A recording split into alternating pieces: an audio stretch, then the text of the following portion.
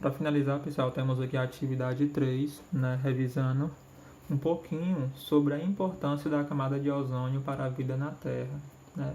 Ela que tem muito a ver com o efeito estufa que nós vimos anteriormente, né, na última aula.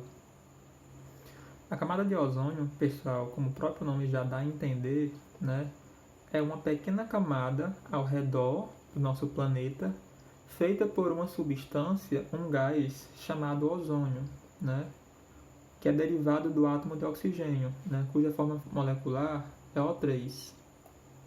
O2 é o gás oxigênio que nós respiramos e O3 é o ozônio, que é responsável pela camada de ozônio, ok?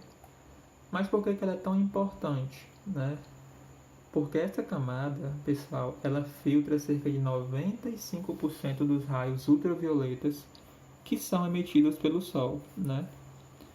Então, se não fosse essa camada, os raios solares iriam incidir sobre a superfície do nosso planeta, nos atingir com uma capacidade muito grande, né? Isso poderia ocasionar vários prejuízos, tanto para a vida humana, como para a vida animal, a vida vegetal, né?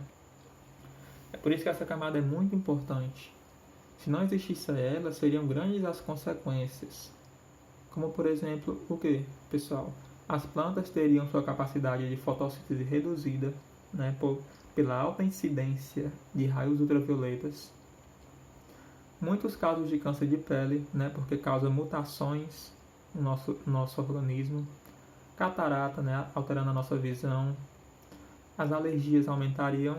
Além disso, afeta o sistema imunológico, né, pessoal? Nosso sistema de defesa seria afetado pela a grande incidência de calor. E aumentar a temperatura da Terra também, né? Prejudica muito, pessoal, o ecossistema, né? Algumas espécies de animais entrariam em extinção devido à grande incidência de radioatividade, digamos assim, pelos raios do Sol, né? Porém, né, qual é o porém, digamos assim, né?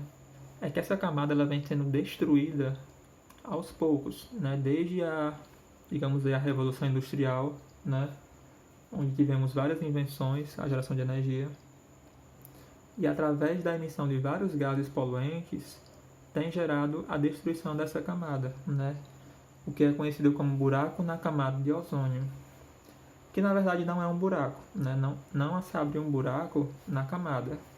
Se tivesse aberto, seriam consequências bem mais desastrosas, né? O que acontece é que essa camada tem ficado como se fosse mais fina, né? Porque tem ficado menos concentração de gás ozônio nessas partes. Então, em algumas partes da atmosfera tem acontecido essa pequena afunilamento da camada, né? Tem ficado mais fina, o que ocasiona que os raios atinjam a Terra com maior força, né? Ocasionando já agora algumas consequências.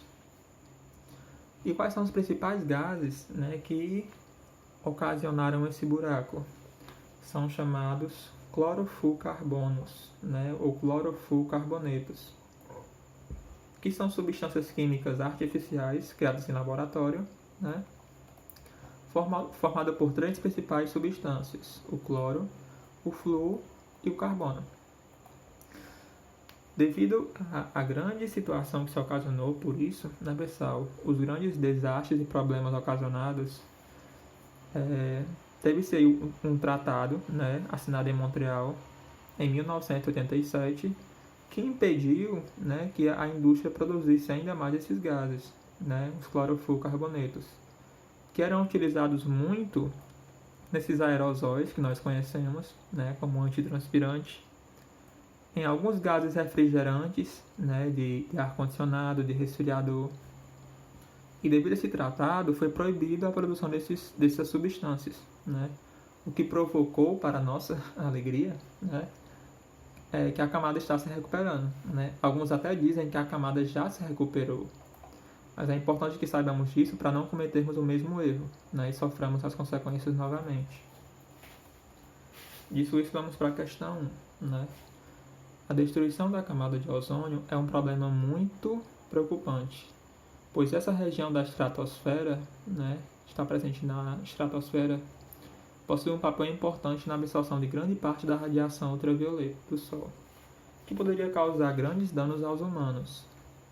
Marca um X apenas naqueles danos provocados pela redução da camada de ozônio. Iria originar sim o câncer de pele, certo? Por causa da grande incidência de radiação.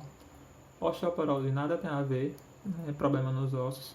Esse aqui é outro problema do ser humano, mas que nada tem a ver com a radiação do Sol. O envelhecimento precoce da pele também, devido à incidência da radiação solar. Redução do nosso sistema imunológico, nossa defesa ia ficar prejudicada, né? Problemas de visão como a catarata também.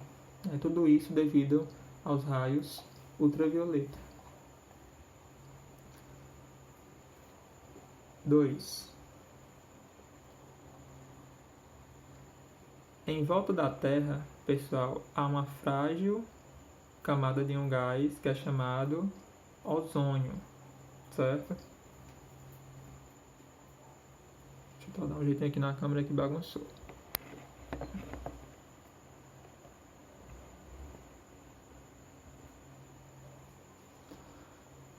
Em volta da Terra, há uma frágil camada de um gás chamado ozônio, que nos protege dos raios ultravioletas.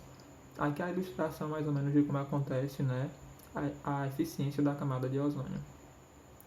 Em relação a esse assunto, marque o item correto. A radiação ultravioleta afeta o sistema imunológico das pessoas. Acabamos de comprovar lá na questão 1, né? Afeta o nosso sistema de defesa. Os seres humanos são os únicos atingidos pelos raios ultravioletas. Falso, né? Os animais também, as plantas também são afetadas, né? Clorofluorcarbonos não contribuem para a destruição dessa camada. Falso, são os principais contribuintes. O ozônio presente na camada protetora apresenta a fórmula O2. Falso, esse aqui é o gás carbônico, né? O ozônio tem a fórmula O3. Então, correto é o item A. É o único correto aqui. E 3. Qual o gás poluente que diminui a camada de ozônio ao ser liberado na atmosfera, que já foi produzido excessivamente nas indústrias em geladeiras, freezers e sprays, né? Foi o que nós vimos sobre os clorofluorcarbonetos, né? Utilizaram muitas vezes em sprays, né? E em gases refrigerantes, como os freezers das geladeiras e dos próprios eletrodomésticos, em ar-condicionados também, né? Por aí vai.